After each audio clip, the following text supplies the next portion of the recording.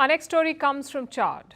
It's a country in Central Africa, another former French colony, another country run by a military junta. Well, that was supposed to change soon. But now there are disturbing reports coming out of Chad.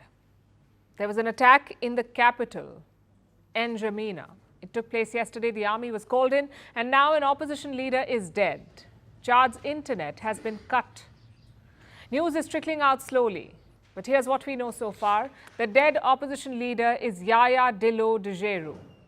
He was the leader of the Socialist Party Without Borders. It's an opposition party. It's a party aligned against the current junta leader. His name is Mahamat Deby. Now, Dillo and Deby were cousins and rivals. Dillo was poised to compete against Deby in Chad's upcoming presidential election. But now he's dead. It sends a chilling message. Here's the chain of events that led to his killing. On Tuesday, Chad's election agency made an announcement, the dates for the upcoming presidential election. They will take place over May and June. The results are scheduled to be announced on July 7th. Now, this was supposed to be a victory for democracy in Chad. But what has followed has soured the sentiment. On Tuesday itself, 2 members of the opposition party were rounded up, apparently for attacking Chad's Supreme Court chief. The junta says they went to arrest the attackers, but they're ending up killing people. Like Abakar Torabi. He belonged to the opposition party. He was killed during his arrest. His body was reportedly taken to Chad security headquarters. Opposition leaders say they went to retrieve the body, and they went with Torabi's family. But the junta has a different story. They say that the security headquarters was attacked, apparently an overnight assault by the opposition party, and the junta claim that they shot the attackers in self-defense. The opposition, of course, denies this. Either way, several people were dead by Wednesday morning, and Chad's military forces had taken over the capital. The next step was retaliation.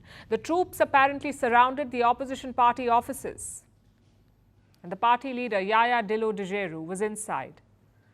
He put out this Facebook post. He said that the party was under siege. That's the last we heard from him. Today, an announcement came that Dillo had been killed. That's one less rival for junta leader Mahamat Deby. Now, this story may have you feeling uneasy, but it's hardly the worst of it. The situation in Chad has seemed off for years. Deby is a second-generation coup leader. His father, Idriss Deby, successfully led a coup in 1990. 1990, he went on to rule till 2021, winning one dubious election after the other and staying in power for 31 years. The senior Deby died in 2021. He was shot while commanding Chad's armed forces against rebels. He succumbed to his gunshot injuries. That's when his scion took over, Mahamat Deby. There was a coup.